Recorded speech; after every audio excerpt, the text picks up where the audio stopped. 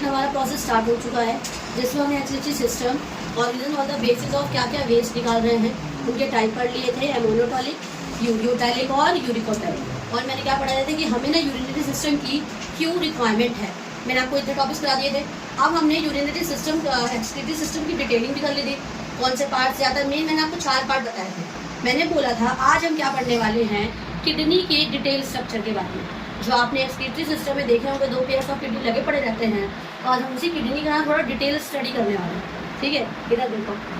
अच्छा एक बात बताओ, हर किसी को प्रोटेक्टिव कवरिंग की ज़रूरत है, तो मेरे बॉडी के अंदर जितने भी ऑर्गन हैं, चाहे वो आपका हार्ट है, चाहे वो आपकी किडनी है, चाहे वो आपकी लंग्स है, हर किसी को एक प्रोटेक्टिव कवरिंग दी गई है। इतना क्लियर है। तो क्या किडनी के पास तो प्रोटेक्टिंग कवरिंग नहीं होगी? होगी ना। देखो हमारे घरों के ऊपर भी क्या छत है ना, मतलब घरों में रह रहे हैं तो हमें प्रोटेक्टिंग कवरिंग कौन दे रहा है? घर दे रहा है। वैसे किडनी को जो प्रोटेक्टिंग कवरिंग देता है सबसे पहले, ये पूरी किडनी है तुम्हारी, ऊपर वाले पूरी किडनी का स्ट्रक्चर है, ठीक है। तो इस किडनी के ऊपर जो ये प्रोटेक्टिव लेयर की जो कवरिंग है उसे बोलते हैं रिनल, क्या बोलोगे आपको? रिनल कैप्सूल बोलोगे। क्या बोलोगे? Renal capsule. और मैंने बताया था रिनल वर्ड किसके लिए इस्तेमाल करते हैं? किडनी के लिए इस्तेमाल करते हैं। तो इसके मोस्टली जितने पार्ट्स हैं सबके आगे रिनल वर्ड आपको लगा हुआ मिलेगा, ठीक है। मैंने नहीं लगाया तब भी आप लगा भी दोगे, ये जैसे मेडुलरी पिरामिड है, आप इसे रिनल मेडुलरी पिरामिड भी कह सकते हैं, ठीक है। 10 नंबर तो प्रोटेक्टिव कवरिंग क्या कहते हैं, इतना क्लियर। अब ये एक बात बताओ, अगर ये किडनी को कवर कर रही है तो ये क्या फंक्शन परफॉर्म कर रही होगी? कवरिंग दे रही होगी ना। तो मतलब कि ये मेरी किडनी को क्या कर रही है? प्रोटेक्शन देने का क्या कर रही है? काम कर रही है। तो मैंने क्या भी लिख दिया है, ये प्रोटेक्टिंग कवरिंग फॉर्म करती है, इसका मतलब ये मेरी किडनी को क्या कर रही होगी? प्रोटेक्ट कर रही होगी। अगला देखो, आप एक चीज़ याद रखना है, देखो सिर्फ किडनी के लिए नहीं, किसी भी ऑर्गन के लिए। अगर मान लो फिलहाल में किडनी की बात करूँ, किसी भी ऑर्गन का कुछ ऐसा किडनी दिखता है, जो भी आउटर पार्ट रहता है, क्या रहता है? जो भी आपका ये आउटर की जो थोड़ा सा इनर वाला पार्ट रहेगा, जो भी आउटर पार्ट रहता है उसे हम मोस्टली कॉर्टेक्स कहते हैं। क्या कह देते हैं? कॉर्टेक्स। और इनर वाले पार्ट को हम क्या बोलते हैं? मेडुला। सिर्फ इसी के लिए नहीं, मोस्टली बहुत सारे ऑर्गन के लिए, ठीक है। तो मैंने क्या बोला, हम आउटर पार्ट को क्या बोलते हैं? कॉर्टेक्स, जिसमें मोस्टली क्या फील होता है? Fluid feel. क्या फील होता है? एक बात यही पे समझ लो, अगर किसी भी ऑर्गन के एनवेलप के अंदर या खुद उस ऑर्गन के अंदर अगर फ्लूइड है तो वो उसको शॉक रेजिस्टेंट बनाएगा। क्या बनाएगा? Shock resistant. मतलब उस ऑर्गन को अगर कभी भी शॉक लगता है या इलेक्ट्रिक करंट लग जाता है, तो इन केस एकदम से मेरी किडनी वर्क करना स्टॉप ना करे, या मेरे हार्ट स्टॉप ना करे, या लंग्स ना करे, उसके अंदर क्या प्रेजेंट होता है? फ्लूइड प्रेजेंट रहता है। और फ्लूइड सबसे मेन काम क्या दे रहा होता है? शॉक रेजिस्टेंट बनाता है। ब्रेन के अंदर भी होता है फ्लूइड, उस फ्लूइड का नाम क्या है? CSF, cerebrospinal fluid. किडनी के अंदर भी है, लंग्स के अंदर भी होता है, उसे फ्लूइड बोलते हैं, ठीक है। फिर आज हम इसमें आ जाते हैं। तो इसमें देखो ये जितना पार्ट है ना, इसको हटा दो तो ये मिडल पार्ट ही हो ना एक तरीके से किडनी का, तो ये मेडुलरी रीजन। कैसा रीजन है वो? मेडुलरी। और ये जो आपका आउटर वाला पार्ट है, इसे मैं क्या बोल दूंगी? कॉर्टेक्स। क्या बोल दूंगी? कॉर्टेक्स। जैसे मैंने अभी आपको समझाया, तो ये आपका पूरा है ना, ये आपका पूरा रिनल कॉर्टेक्स है। क्या है ये आपका? Renal cortex. मैंने इसके आगे रिनल चूला ताकि आप पहचान जाओ कि कॉर्टेक्स की बात कर रही हूँ मैं, किडनी वाले की बात कर रही हूँ, ठीक है। अब ये देखो, ये ट्रायंगुलर शेप के आपको स्ट्रक्चर दिख रहे हैं मेडुलरी रीजन में, इसको हम बोलते हैं मेडुलरी पिरामिड्स। क्या बोल देते हैं इसे हम? ये हमारी एक किडनी के अंदर 12 से 15 होता है। कितना होता है ये? 12 से 15। इसका आप एक तरीके से वेयर हाउस कह सकते हो। जैसे फार्मर्स के लिए वेयर हाउस क्या करता है? स्टोरिंग के लिए काम करता है। तो इस मेडुलरी पिरामिड के अंदर ना नेफ्रॉन जानते हो ना, हमारी किडनी की स्ट्रक्चर फंक्शनल यूनिट है, वो इसी के अंदर ऐसे एडजस्टेड होते हैं इस तरीके से। ये देखो मैंने एक बनाकर दिखाया, मतलब ऐसा ना हर इसके अंदर मैंने एक ही बनाया है पर बहुत सारे, मुझे सिर्फ आपको समझाना था, इसलिए मैंने एक मेडुलरी पिरामिड में सिर्फ और सिर्फ एक ही। देखो 10th के लेवल से ना आपको ये चीज़ें करनी नहीं है। मैं डायरेक्ट नेफ्रॉन से भी स्टार्ट कर सकती थी, पर मैंने नहीं करा। आपको ये तो आइडिया लगना चाहिए ना कि नेफ्रॉन अगर कोई चीज़ कंडक्ट कर रहा है तो वो कहाँ प्रेजेंट है और किस तरीके से लेकर आता है यूरेटर से, ठीक है। तो हम पहले किडनी समझेंगे, उसके बाद नेफ्रॉन पर अटैक समझेंगे, ठीक है। मैंने क्या बताया, ये मेडुलरी पिरामिड्स है, ट्रायंगल शेप की ये स्ट्रक्चर्स है। इसे मैंने क्या नाम दे दिया? रिनल मेडुलरी पिरामिड्स बोलते हैं। How much they are in number? 250, ठीक है। इन ईच किडनी, एक हर एक किडनी की बात हो रही है। मैंने दोनों किडनी को नहीं बोला, मैंने हर एक किडनी का बता दिया आपको। ठीक है, अभी 10 मिनट। अब ये क्या जा रही होगी, रिनल वेन जा रही होगी है, और ये क्या है, रिनल आर्टरी, जो मेरे उसके अंदर ब्लड लेके आ रही होगी, ये ब्लड लेके जा रही होगी। अब इधर ना ध्यान से अब थोड़ा इस पिरामिड को ना थोड़ा सा ध्यान से देखो। आपको ये ट्राइंगल शेप का ऐसे दिख रहा है, इसमें मैंने कुछ ऐसे करके ना रेड कलर की कवरिंग कर दी, करिए ना रेड कलर से। इसको मैंने बोला है, ये जो रेड कलर से मैंने इसको कलर करा है, ध्यान से देखना, कंफ्यूज मत होना, ध्यान से देखो। ये आपका यहाँ पे ये रेड रेड दिख रहा है, इसमें रेड है, इसमें रेड है, इसमें रेड है, इसमें रेड है। तो उस ट्राइंगल में ना हल्का सा नीचे वाला का फनल कुप्पी जैसा दिखा है, तो जैसे मान लो कोई मिट्टी का टेल डालना होता है, वैसे गोल से ऐसे को आती है ट्राइंगल शेप की डालने वाली, जैसे मान लो इस वाली शेप की ऐसी होती है, ऐसे करके ट्राइंगल होती है, लेकिन और नीचे से एक पाइप जैसा होता है कुछ। तो ये ना जो आपके इसको बोल देते हैं हम रेनल पेपिलरी बोल देते हैं। क्या बोल देते हैं इसको हम? रेनल पेपिलरी बोलते हैं। क्या बोल देंगे इसे हम? और इसकी शेप इस तरह की फनल शेप कुप्पी जैसी रहेगी। कैसी रहेगी? कभी जैसे अभी तो पिरामिड पहले टाइम में वैसा वाला वो चूल्हा था जिसमें ना मिट्टी का तेल डाल के और फिर ऐसे पंप करके चलते थे। तो उस मिट्टी के तेल को निकालने के लिए हम क्या करते थे, कुप्पी जैसी चीज इस्तेमाल करते थे। तो उसे हम क्या बोल देते हैं? फनल शेप बोल देते हैं। और ये क्या है तुम्हारी, ये हर किडनी में, हर किडनी में नहीं सॉरी, मेडुलरी पिरामिड के एकदम नीचे बेस पे रहेगी। ठीक है, मान लो अगर ये तुम्हारा ट्राइंगल है तो इतना एरिया क्या है आपका रेनल पेपिलरी। ठीक है, इसके बाद ना आप थोड़ा सा ध्यान से देखो, ये ट्राइंगल शेप आगे जाके ऐसे स्ट्रक्चर निकाल रहा था, हर ट्राइंगल में ऐसा हो रहा होगा, है ना। तो जो ये इतना तो छोटा सा जो स्टार्टिंग पार्ट है ना बेटा, ये ब्लू कलर का, बस छोटा सा पार्ट जहाँ किडनी ऐसे एक ट्राइंगल ने थोड़ा सा हिस्सा निकाला होगा, दिख रहा है ये ब्लू कलर का थोड़ा सा पार्ट, देखो देखा। मान लो ना कोई इधर, मान लो 12 होंगे, 6 इधर और 6 इधर, 12 है टोटल। तो जो 6 के छोटे छोटे ट्यूब आ रहे हैं वो, और 6 इधर से जो छोटे छोटे ट्यूब आ रहे हैं वो, तो जो पतली पतली सी जो तुम्हारी जो पाइप है ना, यहाँ पे ध्यान से देखो, ये रहा ये रहा ये रहा ये रहा, इसको मैंने बोल दिया कैलिक्स। क्या बोल दिया मैंने इसे? कैलिक्स। अभी छोटी है इसीलिए मैंने इसे बोल दिया माइनर कैलिक्स। क्या बोल दिया मैंने इसे? और ये वाली तुम्हारी जो बड़ी वाली आप समझो, इधर ध्यान से देखो, यहाँ ये छोटी छोटी है जो मैंने माइनर कैलिक्स बोल दिया। अभी इधर इधर तो मैंने 3 बना रखा है, मान लो इधर 6 होते क्योंकि 12 है ना टोटल, मान लो 12 है इसमें, 12 इधर 12, 6 हो जाएंगे। तो वो 6 कलेक्ट करके एक तो पाइप लेकर आ रही होगी ना, मिनी डक्ट लेकर आएगी, तो वो हो जाएगी आपकी मेजर कैलिक्स। क्या हो जाएगी? ये पूरा एरिया कैलिक्स है, नो डाउट। लेकिन जो छोटा वाला है वो माइनर, और जो बड़ा वाला मिलकर बना ले रहे हैं रास्तों से, हम क्या बोल देंगे? मेजर कैलिक्स बोलेंगे। क्या इतनी बातें क्लियर है? अगर ये जो दोनों है ना, ये माइनर है, और ये जो इतना एरिया इन दोनों, ये जो स्पेस बन रहा है ये आपका मेजर है। तो ये वाला आपका क्या हो जाएगा? मेजर। और ये वाला क्या हो जाएगा बेटा? माइनर हो जाएगा। इतना क्लियर है? दोनों कैलिक्स ही है, इतना क्लियर है? कैलिक्स। ठीक है, यहाँ मैंने लिखा भी होगा यहाँ, इसको तो दिमाग से ये कैलिक्स है। ठीक है, ये माइनर है, और ये दूसरा वाला क्या है? मेजर है। मेजर में कम नहीं खाएंगे, ये वाला मेजर। 1 और 2 वाला क्या है आपका? 1 और 2 लिखा है, छोटा सा लिखा है, वो आपका मेजर कैलिक्स है। इतना क्लियर? और दोनों को साथ में क्या बोलूँगी? कैलिक्स है। जो छोटा वाला है वो माइनर है, और जो बड़ा वाला है वो मेजर। अब ध्यान से देखो इधर, अभी दोनों कैलिक्स ना, जो मेजर कैलिक्स है, दोनों की जो डॉट आ रही है, वो मिलके एक बड़ा सा एरिया प्रोवाइड करती है, जिससे मैंने क्या बोल दिया? पेल्विस बोल दिया। क्या बोल दिया? पेल्विस। हमारे भी पोस्ट में होता है पेल्विस, कहाँ पे कोई बताना चाहेगा? पेल्विस बोन, जो पेल्विस वाला रीजन जो फीमेल पे ब्रॉड होता है, तो कहाँ पर है अपनी बॉडी? हाँ, तो ये जो थाइस टाइप है ना, ये अभी क्या है? पेल्विस। यहाँ समझ सकते हो। तो ये जो पेल्विस का मतलब ही क्या होता है? ब्रॉड। क्या होता है इसका मतलब? ब्रॉड। एक बात होता है ना, सबसे जो चौड़ा एरिया कौन दे रहा है? यही दे रहा है ना, पेल्विस ही दे रहा है। तो यहाँ पे इसका नाम क्या हो जाएगा? Renal pelvis. आप खुद ही नोट करो, हमारी पूरी बॉडी के अंदर अगर कोई ब्रॉड है तो वो पेल्विस वाला ही तो रीजन है, चाहे वो मेल का केस हो या फिर क्या हमारे हाथ भी इतने ज़्यादा नहीं होते जितनी हमारी थाइस के पास वाली पेल्विस होती है।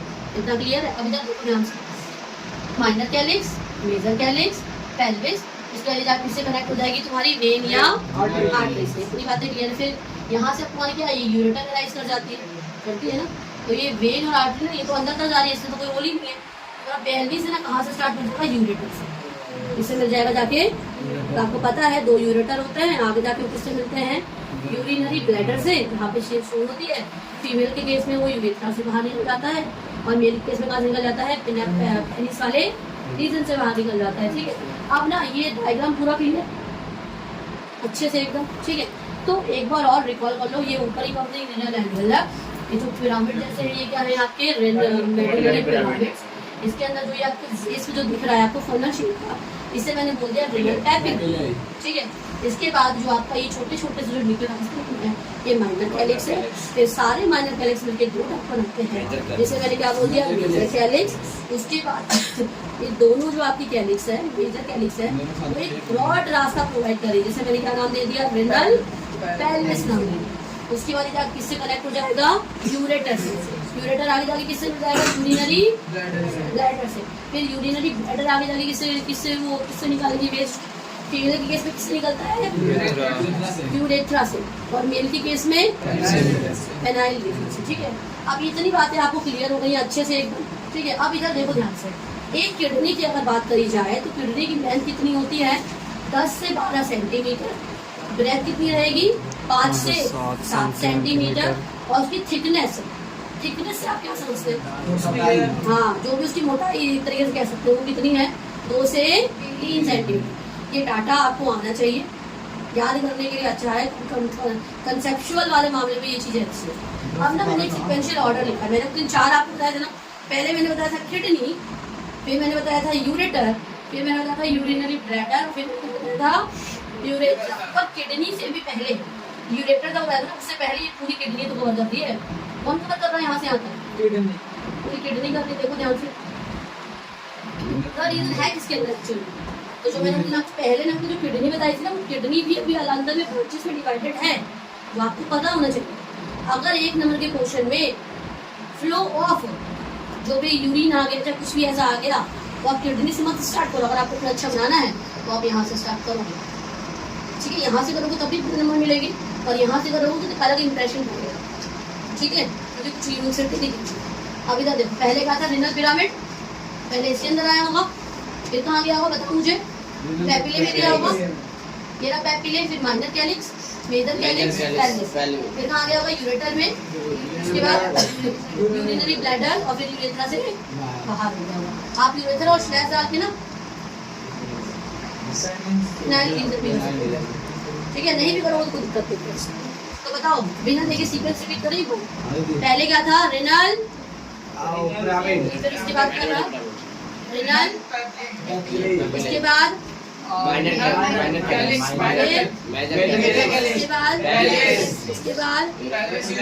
उसके बाद फिर मेलियस में।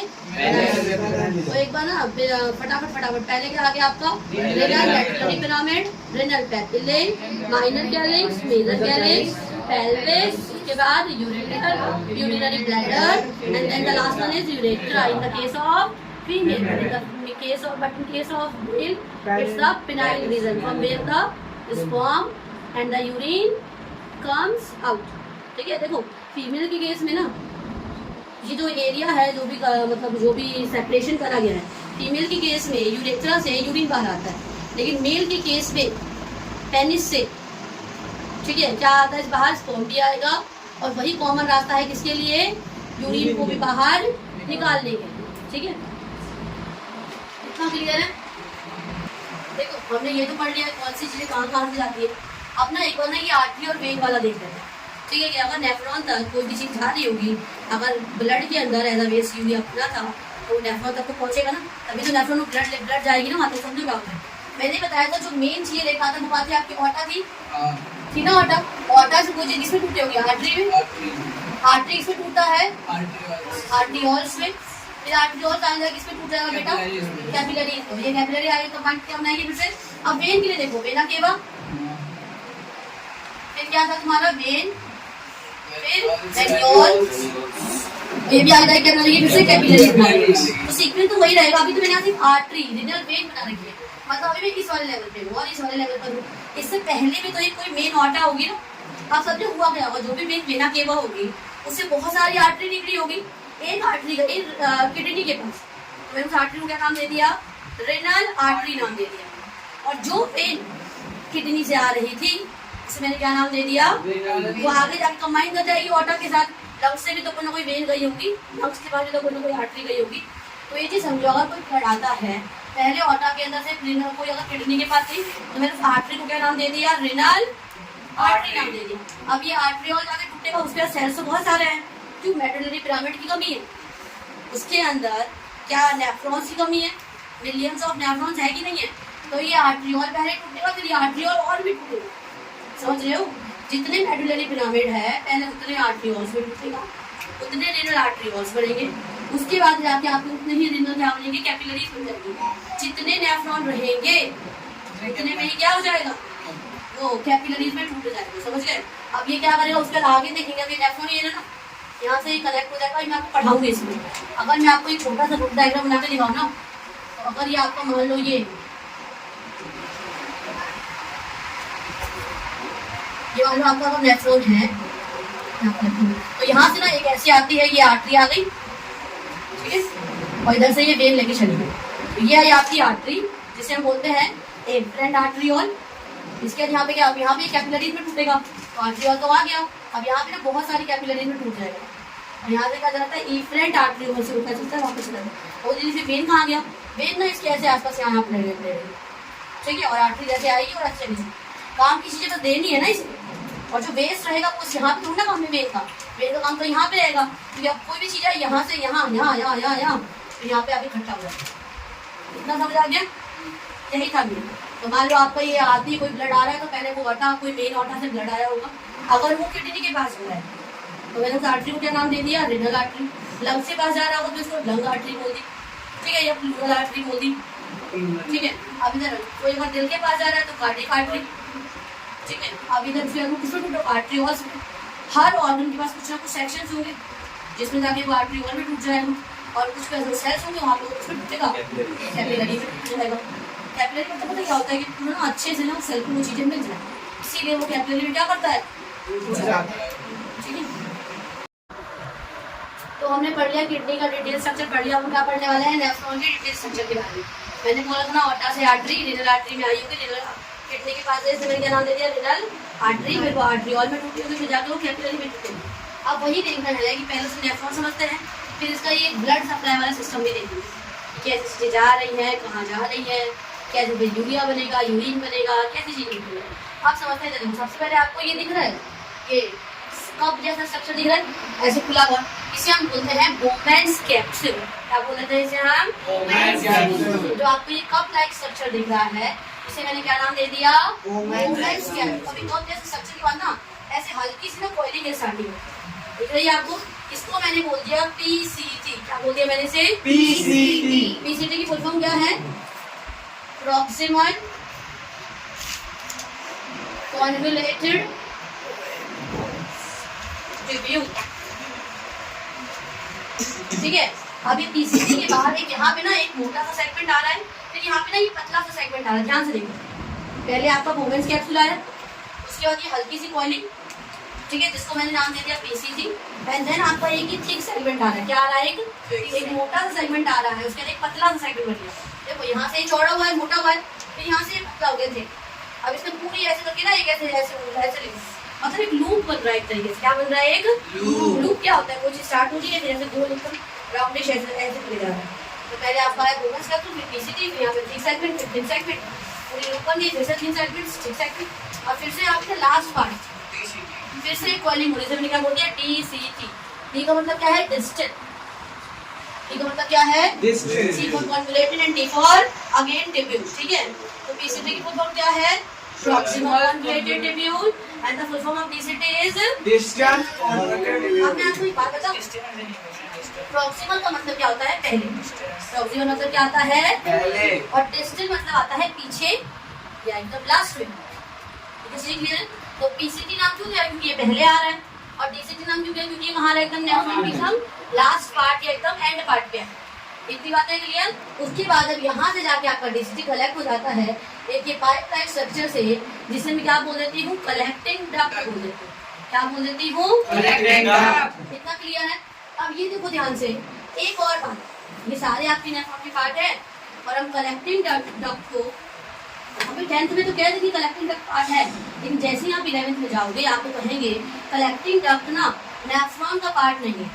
पता है क्यों, क्योंकि ये कोई भी फिल्ट्रेशन रोल प्ले नहीं करता। इतना क्लियर है, बस इतना याद रखो, कलेक्टिंग डक्ट में चीजें आती है, स्टोर हो जाती है, लेकिन ये फिल्ट्रेशन करने में कोई रोल प्ले नहीं करता, इसीलिए हम कलेक्टिंग डक्ट को कोई पार्ट नहीं मानते नेफ्रॉन का। तो अगर मैं दोबारा सीक्वेंस रिपीट करूं तो पहला क्या है आपका Bowman's capsule which is your cup shape like structure, and then the small part is called which is called PCT, that is your proximal convoluted tubule. Then a thick segment started, and then a thick segment is started in a loop form. ठीक है, firstly in thin segment and then in thick segment. Again the coiling will start, which is your DCT, and the DCT will join to the connecting duct, but the connecting duct is not a part of nephron. ठीक है, अब मेरी बात ध्यान सुनिए, ये तो आपका नेफ्रॉन का हो गया, तो किसके अंदर वो था, एडजस्टेड थे मेडुलरी पिरामिड्स के अंदर, है ना। अब इधर ध्यान सुनिए, यहाँ से ना एक वेन है, जो वेन तो नहीं सॉरी आर्टरी है, आर्ट्रियोल, आर्टरी से टूटा हुआ आर्ट्रियोल, आर्ट्रियोल लेकर आई वहाँ एक नेफ्रॉन, मैंने बोला था कि किडनी के केस में क्या होगा, जो आर्ट्रियोल होगी वो एक नेफ्रॉन के पास जाएगी, फिर ये अंदर में आके जो दिख रहा है ना ये टफ्ट ऑफ कैपिलरीज, इसे आप या तो ग्रुप ऑफ कैपिलरीज कह लो या टफ्ट कह लो, मतलब गुच्छा। तो पहले आई तो एफरेंट आर्टरी, मतलब आई, ऐसे याद कर सकते हो, एफरेंट आर्ट्रियोल, जो आर्टरी लेकर आप जो आर्ट्रियोल लेके आ रही है उसे मैंने क्या नाम दे दिया, एफरेंट आर्ट्रियोल। ए मतलब आना, जो ब्लड को लेके आ रही है। अब ये आगे आगे बहुत सारी कैपिलरीज में टूट गई, जिसे मैंने टफ्ट ऑफ कैपिलरीज बोल दिया, या ग्रुप ऑफ कैपिलरीज, उसके लिए मैंने एक टर्म दे दी है जिसका नाम क्या है, ग्लोमेरुलस, ग्लोमेरुलस बोल देते हैं, क्या बोल देते हैं, ग्लोमेरुलस बोल देंगे, जिसको आप ग्रुप ऑफ कैपिलरीज या फिर टफ्ट ऑफ कैपिलरीज बोलते हैं। टफ्ट की स्पेलिंग क्या है, TUFT, टफ्ट का मतलब है गुच्छा, समूह, मतलब भी वही है, ठीक है। अब जब ये जिस चीज देने होगी यहाँ पे दे देगा, मालूम देखो हमारे ब्लड के अंदर ना जितनी भी चीजें आनी थी, फिल्ट्रेशन का आना ब्लड के अंदर, ब्लड के अंदर काम की चीजें भी होंगी, बेकार चीजें होंगी, जितनी चीजें होंगी ना सबको इसके अंदर डाल देते हैं कैपिलरी से, फिर ये आगे जाएगा जाएगा जाएगा सारी चीजें इतना क्लियर है। अब ये कैपिलरी जो है आपकी, ये जो कैपिलरी यहाँ पे थी, जब मान लो यहाँ इफरेंट है, ई मतलब मैंने बताया था, ई का मतलब किसी चीज को एग्जिट करना, तो इफरेंट आर्टरी मुझे लेके आए एक चीज को जो आपकी एफरेंट आर्टरियोल है वो ब्रॉड, और इफरेंट आर्टरियोल कैसी है, नैरो है, मतलब पतली है। क्यों, क्योंकि उसको ना ब्लड लेके आना है एकदम से, तो प्रेशर कैसा रहेगा, ज्यादा। तो जब भी ना एफरेंट आर्टरियोल से इफरेंट आर्टरियोल में जाता है तो यहाँ आपका प्रेशर है ज्यादा, और यहाँ ब्लड का प्रेशर कैसा है, अब तो मैंने आपको बताया था कैपिलरी वाले में भी, याद करो ब्लड वाले में, जब आर्टरी से वेन में ब्लड जा रहा था तो हाई प्रेशर से लो प्रेशर ब्लड होने की वजह से वो चीजें बाहर निकाल रहा था, तो यहाँ पे ब्लड से क्या निकलेंगी, बहुत सारी चीजें बाहर निकलेंगी, कुछ ऐसा भी रहेगा जो बाहर नहीं निकलेगी। मैंने बोला था ना, मेरे यूरिन के अंदर आरबीसी डब्ल्यूबीसी नहीं आना चाहिए, ब्लड के अंदर ना बेटा जितनी चीजें रहेंगी, प्लाज्मा सब कुछ बाहर निकल जाएगा, क्या छोड़ के, सिर्फ फॉर्म्ड एलिमेंट्स को छोड़ के और कुछ प्रोटीन्स को छोड़ के। इतना भी याद रखो, बताऊंगी कौन सी चीजें बाहर नहीं निकलती है। मैंने क्या बोला, जब ब्लड यहाँ से यहाँ आता है तो यहाँ प्रेशर है हाई और यहाँ प्रेशर कैसा है, लो। तो जब इस कैपिलरी यहाँ पे मिल रही होगी ना, कैपिलरी मान लो इफरेंट वाले की, जब ये यहाँ से यहाँ ब्लड जा रहा होगा तो प्रेशर हाई से हो जाने की वजह से ब्लड अपने अंदर की अच्छी चीजें भी और बेकार चीजें भी सारी चीजें निकाल देगा, एक्सेप्ट फॉर्म्ड एलिमेंट्स, और कुछ प्रोटीन्स को वो नहीं निकालता। बाकी सारी चीजों को क्या करेगा, वो वापस इस कैपिलरी को कुछ देगा, वोमेंस कैप्सूल को दे देगा। उसके बाद कहाँ जाएगा, पीसीटी के पास, फिर कहाँ जाएगा, डीसीटी के पास। पीसीटी नहीं, पीसीटी का लूप ऑफ हो गया। अब आप ये देखो, मैंने बोला ना कि थिक सेगमेंट है कि थिन सेगमेंट है, तो ये जो पूरा सेगमेंट है ना, ये पूरा यहाँ से, ये पूरा यहाँ से आते स्टार्ट हो रहा है, इससे मैंने बोला डिसेंडिंग लूप ऑफ हेनले, और दोनों को कलेक्टिवली आप बोलोगे Henle's loop, loop of Henle. इसको और इसको, इसको भी और इसको भी, मतलब ये पूरा पोर्शन और ये पूरा पोर्शन, दोनों जो मेरा एक लूप बन रहा है, मैंने उसे नाम दे दिया हेनलेज लूप, या इन अदर वर्ड्स आपसे क्या कह सकते हो, लूप ऑफ हेनले कह सकते हो। ठीक है, अभी तक सुनो, यहाँ पे जो मोटा सेगमेंट है ना, ये थिक सेगमेंट है, मतलब ये thick descending loop of Henle हो जाएगा, ये thin descending loop of Henle हो जाएगा, ये वाला क्या हो जाएगा, thin ascending loop of Henle, और ये क्या हो जाएगा, thick ascending loop of Henle हो जाएगा। इतना क्लियर है। अब यहाँ से क्या स्टार्ट हो गया आपका डीसीटी। एक चीज यही समझ लो, यहाँ पे सबसे ज्यादा रीएब्जॉर्प्शन होगी डीसीटी के पास, जो भी चीजें ज्यादा एब्जॉर्ब हो रही होगी वो सबसे ज्यादा एब्जॉर्ब होती है। तो वन वर्ड अगर क्वेश्चन आ जाए कि सबसे ज्यादा नेफ्रॉन के कौन से पार्ट में रीएब्जॉर्प्शन होती है, तो that is your PCT. It means proximal convoluted tubule. अब मेरी बात ना यहाँ थोड़ी सी ध्यान से समझना। देखो यहाँ पे अभी कैपिलरीज आ गया तो टूटी थी, मान लो कैपिलरीज क्या है, तो जो कैपिलरीज मेरी पीसीटी के आसपास होती है और वो कैपिलरी जो मेरे डीसीटी के आसपास, देखो डीसीटी के आसपास काफी कम रहती है क्योंकि पता है ये अपनी मर्जी के हिसाब से काम करता है। कल मैंने बताया पीसीटी तो हमेशा ही काम कराएगा, चीजों को हमेशा एब्जॉर्ब कराएगा, हमेशा निकलवाएगा, लेकिन डीसीटी तभी काम करता है जब पीसीटी काम नहीं करता। तो ये ना फैकल्टेटिव है, कैसा है ये ऑब्लिगेटरी, मतलब ये काम करेगा ही करेगा, लेकिन ये जरूरत के हिसाब से करता है। इसीलिए मैं डीसीटी की वर्जन को क्या बोल देती हूँ, फैकल्टेटिव, और पीसीटी को मैंने क्या बोल दिया, ऑब्लिगेटरी, मतलब करेगा ही करेगा, मैंडेटरी बोलो। मैंने पीसीटी के लिए इस्तेमाल करा है वर्ड ऑब्लिगेटरी, उसके मैंने क्या बोल दिया, फैकल्टेटिव। क्या बोल दिया मैंने, ठीक है, मतलब वो ना जरूरत के हिसाब। कभी मैं जब आपको लूज मोशंस होते हैं तो जो हम टैबलेट खाते हैं ऑफ्लक्स ओजेड वाली, तो मेरे क्या करता है डीसीटी पे जाके एक्ट करता है, क्या बोलता है पानी के एब्जॉर्प्शन को बढ़ा, पीसीटी एब्जॉर्ब नहीं कर रहा है, सिंपल सी बात है। अब इधर समझो ध्यान से, कैपिलरी सबके पास है, यहाँ आपके वासर है, मतलब कि हेनलेस ग्रुप के पास भी है और आपकी पीसीटी के पास भी है। तो जो कैपिलरी कुछ भी कैपिलरी को ही डाल देंगे, जैसे मैंने बताया था कोई भी वहाँ पाई जाती है, जैसे मैंने आपको बताया था, हाँ स्मॉल इंटेस्टाइन के पास जो आपकी लिम्फेटिक कैपिलरी पाई जाएगी, उसके लिए मैंने क्या टर्म दी थी, याद करो, लैक्टियस नाम दे दिया था ना। तो बस ये भी कैपिलरी है, लेकिन कहाँ पे पाई जा रही है ना, उसकी वजह से मैंने इसे कुछ नाम दे दिया है। तो वो कैपिलरी जो मेरी लूप ऑफ हेनले के पास पाई जाएगी, उसे मैंने बोल दिया वासा रेक्टा। क्योंकि आपको बुक में ना बोलेगा कि ब्लड सप्लाई होगा वासा रेक्टा के द्वारा, तो आप ना कंफ्यूज हो जाओगे वासा रेक्टा क्या है। तो जो भी कैपिलरी आपकी लूप ऑफ हेनले के आसपास है, उसे मैंने क्या बोल दिया है, वासा, मैंने क्या लिखा है, capillaries around the Henle's group is called your vasa recta, and the capillary around your PCT DCT में वैसे कम होती है, is called your peritubular capillary. भी नाम है इस कैपिलरी के, on the basis of the position where they are found, उस पोजीशन के बेसिस पे जहाँ पे वो पाए जाते हैं, उसके बेसिस से मैंने कुछ नाम दे दिए। हमें कुछ नहीं बताना, लूप ऑफ हेनले के पास अगर कोई कैपिलरी पाई जाएगी तो उसे आप क्या बोलोगे, आपको एनसीईआरटी में हो सकता है, मतलब ऐसे दिया होगा कि वासा रेक्टा ने ये चीज दे दी, इसको ऑब्जॉर्व कर लिया। अब आप हो जाओगे कंफ्यूज, ये वासा रेक्टा क्या है। तो vasa recta is nothing but the capillary which surrounds the headless loop, and the peritubular capillaries are the capillaries which surround the PCT. ठीक है, maximally to the PCT, but minimally to the PCT. ठीक है, ये पूरा diagram clear इसका, ठीक है। ये वासा रेक्टा क्या होता है, पेरिट्यूबुलर कैपिलरीज क्लियर। तो कोई भी चीज अगर आएगी तो पहले इसमें सारी देगा, फिर पीसीटी में जाएगा, फिर लूप ऑफ हेनले में, फिर डीसीटी में, फिर वहाँ कलेक्टिंग डक्ट के पास चला जाएगा। इतनी चीजें क्लियर। और ब्लड कैपिलरी चीजों को या तो ले रही होती हैं, ये चीजों को दे रही होती हैं। अभी हम इसके बारे में भी डिटेल क्या करेंगे, पढ़ेंगे, एक एक पार्ट पढ़ेंगे। और हाँ, यही भी करेंगे यूरिन फॉर्मेशन कैसे हो, क्योंकि यूरिन फॉर्मेशन पढ़ना है ना, तो यूरिन फॉर्मेशन होता है नेफ्रॉन के अंदर ही है, और वो 3 स्टेप्स में होता है। कितने स्टेप्स होता है, उन 3 स्टेप्स को पढ़ने से पहले, वैसे वो स्टार्ट आपको 3 स्टेप्स से करना पड़ेगा। और वो तीनों स्टेप में क्या होता है, पहले कोई चीज आ रही होगी तो पहले रीएब्जॉर्प्शन, ट्यूबुलर सिक्रीशन, ये सारी चीजें हैं। आपको तीनों स्टेप पढ़ने हैं इस वाले इसके बाद, ठीक है। देखो बेटा, हमने क्या पढ़ लिया, नेफ्रॉन की डिटेल स्टडी कर ली, पीसीटी कहाँ है, डीसीटी कहाँ है, ठीक है, लूप ऑफ हेनले क्या है, वासा रेक्टा क्या है। वासा रेक्टा क्या था वैसे, वो कैपिलरी जो उसके आसपास थी लूप ऑफ हेनले के। पेरिट्यूबुलर कैपिलरीज क्या था, जो भी मेरे पीसीटी के आसपास जो भी कैपिलरी थी, मैंने उन्हें क्या नाम दे दिया था, पेरिट्यूबुलर कैपिलरी नाम दिया था। अब हम देखते हैं कि टाइप ऑफ नेफ्रॉन के बारे में। अब ना 2 तरीके की नेफ्रॉन हमारे किडनी के मेडुलरी रीजन के अंदर पाया जाता है।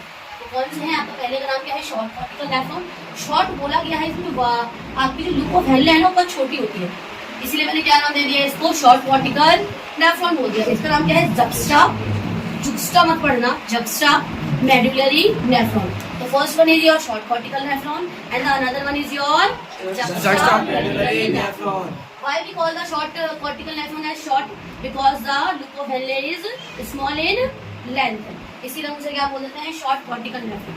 अगर इसकी शॉर्ट है तो उसकी कैसी हो जाएगी, लॉन्ग हो जाएगी, ऑब्वियस सी बात है। अब मैं परसेंटेज की बात करते हैं, कोई चीज अगर छोटी होगी तो उतने एरिया में ज्यादा आ पाएगी कि नहीं आ पाएगी, इसीलिए जो उसका परसेंटेज होता है वो कितना होता है, 80 से 85% होता है।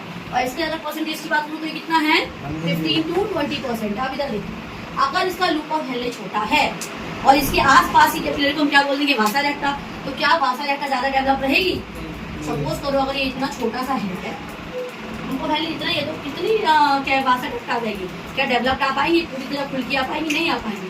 तो इसमें देखो जो वासा डक्ट होती है वो डेवलप नहीं रहती, इसमें वासा डक्ट डेवलप्ड होती है। इसमें पेरिट्यूबुलर कैपिलरीज नहीं होती, पता है क्यों? क्योंकि वासा रेक्टा पूरी तरह से छोटा होता है और ना पीसीटी स्टार्ट होते ही खत्म भी हो जाता है, बहुत ही ज्यादा कम एरिया होता है। तो इसमें पेरिट्यूबुलर कैपिलरीज नहीं होती, इसमें पेरिट्यूबुलर कैपिलरीज होती है।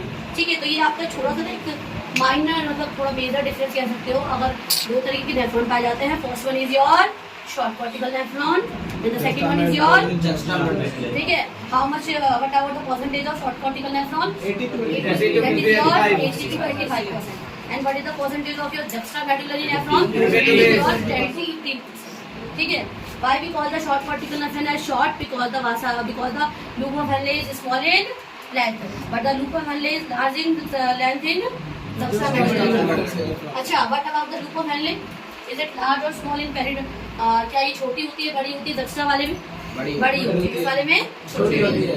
अब इसमें देखो पेरिट्यूबुलर कैपिलरीज होती है, किस वाले में नहीं होती? शॉर्ट वाले में नहीं होती, इस वाले में। अब इसके आ जाते हैं, ये सारा मैंने नेफ्रॉन कर लिया। अब एक बात बताओ, मान लो ये साइक्लोगर्ली नेफ्रॉन से कोई भी चीज अगर जानी होगी तो मान लो नेफ्रॉन कनेक्ट होता, अल्टीमेटली जो मेरी किडनी थी, किडनी की मेडुलरी ग्लैंड में क्या थे? नेफ्रॉन थे। वो फिल्टर कर करके अल्टीमेटली मेरी किसको दे देते? रेनल पैपिले को दे देते। रेनल पैपिले से कहाँ जा रहा था? माइनर कैलिक्स में जा रहा था, फिर कहाँ जा रहा होगा? मेजर कैलिक्स में, फिर कहाँ जा रहा होगा? पेल्विस में, उसके बाद कहाँ जा रहा होगा? यूरेटर के पास। तो वही यूरेटर ये रहा जो पाइप के जाता है ना, तो फिर आपका यूरिनरी ब्लैडर ये रहा वो पाइप। तो यूरेटर क्या है? एक ट्यूब लाइक स्ट्रक्चर है जो 6 से 7 होता है इंच में, ठीक है, और ये 3 लेयर से मिलकर बना पड़ा है। इसमें नाम जान लो, वो लेयर्स क्या क्या है, नहीं भी करो तो प्रॉब्लम नहीं है, ठीक है, पर नाम देखो, smooth muscles, fibrous muscles and mucus layer, ठीक है। तो मैंने क्या बोला, यूरेटर आपका ट्यूब लाइक स्ट्रक्चर है, 6 से 7 इंचेस का होता है। कितने लेयर से मिलकर बना पड़ा है? 3 इंचेस से। कौन कौन सी है? Smooth muscle, second one is your fibrous, third one is your mucous layer, ठीक है। अब ना यूरेटर से कोई भी चीज अगर यूरिनरी ब्लैडर में जानी होगी, मैंने बोला था whenever we have to supply the food or give the food from one organ to another organ or from the one part to the another part, every time a movement occur, अब क्या होगा? एक movement होगा, किसका? the contraction and relaxation of muscles, that is your peristaltic movement। तो क्या ये peristaltic movement नहीं करेगा? तो यूरेटर क्या करता है? peristaltic movement करता है, जिसकी मदद से जो भी आपका यूरिन बना होता है वो नेक्स्ट वाले part that is your urinary bladder वहाँ क्या करता है? ये चला जाता है।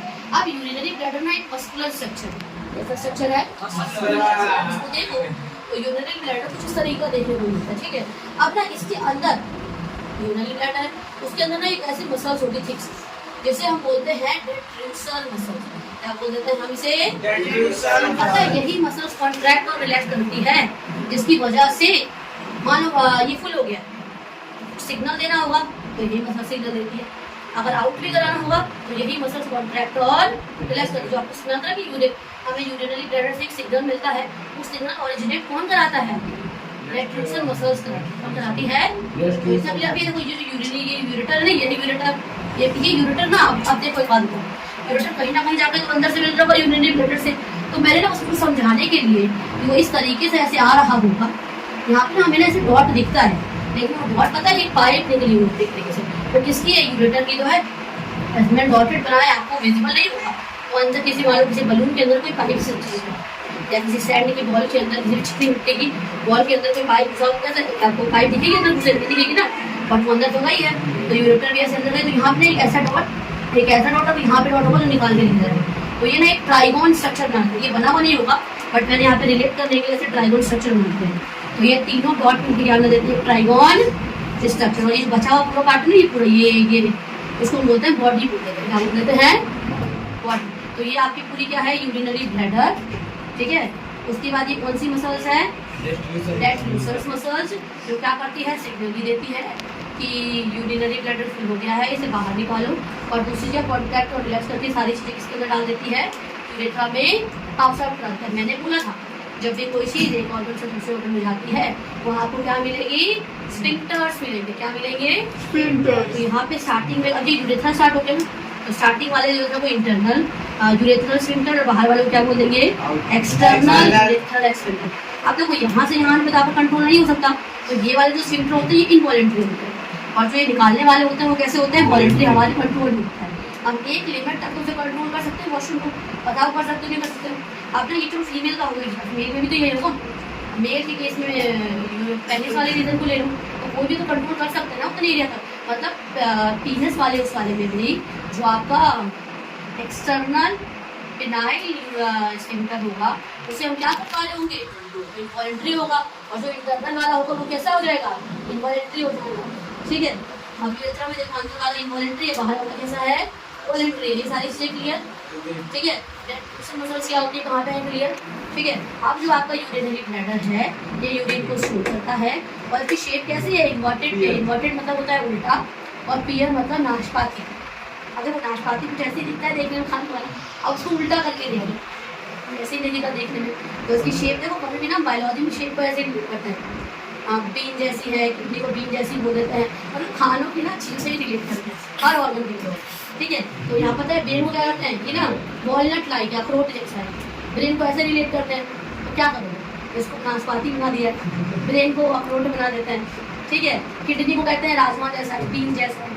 ठीक है, और ये कुछ ज़्यादा खतरनाक बोल दिया गया है, नाशपाती जैसा है वो भी उल्टी। ठीक है, पर सच में ऐसा लग रहा है इसलिए बोला गया है। अब यूरेथ्रा ना देखो, मेल के केस में क्या होता है 8 इंचेस का होता है, फीमेल के केस में 1.5 इंचेस लॉन्ग होगा, लंबा होगा। इसमें देखो अब ना मेल के केस में ना यूरोजेनाइटल डक्ट होता है। अब हमारे फीमेल के केस में क्या था, डायरेक्ट यूरेथ्रा से बाहर निकल जा रहा था, इसी को सिर्फ यूरिन को पास करता था। पर मेल के केस में इसको यूरोजेनाइटल डक्ट क्या बोल देते हैं, यूरो मतलब यूरिन को भी निकाल रहा है, और कहीं ना कहीं जेनेटिकली भी रोल प्ले कर रहा है। कैसे, मतलब स्पर्म भी निकाल रहा है। हाँ, तो इससे मैं मैंने क्या बताया, मेल वाले में से यूरोजेनाइटल डक्ट क्यों बोला गया है, क्योंकि यूरो वर्ड मतलब यूरिन से रिलेटेड है, और जेनाइटल मतलब क्या निकाल रहा है, वो स्पर्म निकाल रहा है, मतलब रिप्रोडक्शन में भी रोल आ रहा है। तो उसी सेम रास्ते से, उसी सेम डक्ट से, एक ही पाइप से, डक्ट मतलब क्या होता है, ट्यूब होता है। कहीं भी आपको ट्यूब वर्ड दिखे उसका मतलब क्या है, पाइप। तो एक बात बताओ, मेल के केस में पेनाइल रीजन से क्या क्या चीजें बाहर आ रही थी, और क्या आ रहा था, यूरिन आ रहा था ना, पेनिस कैसे बाहर आ रहा था। ठीक है, तो ये यूरेथ्रा मेल और ये फीमेल वाला क्लियर हो गया, लेंस क्लियर है, यूरेटर क्लियर है, आवाज सुनिए आ रही, क्लियर है, इसकी शेप वगैरह क्लियर है, नेफ्रॉन क्लियर, और नेफ्रॉन की डिटेल स्टडी क्लियर, और उसके बाद आपका किडनी की डिटेल स्टडी क्लियर, मतलब सब clear. Done done done done.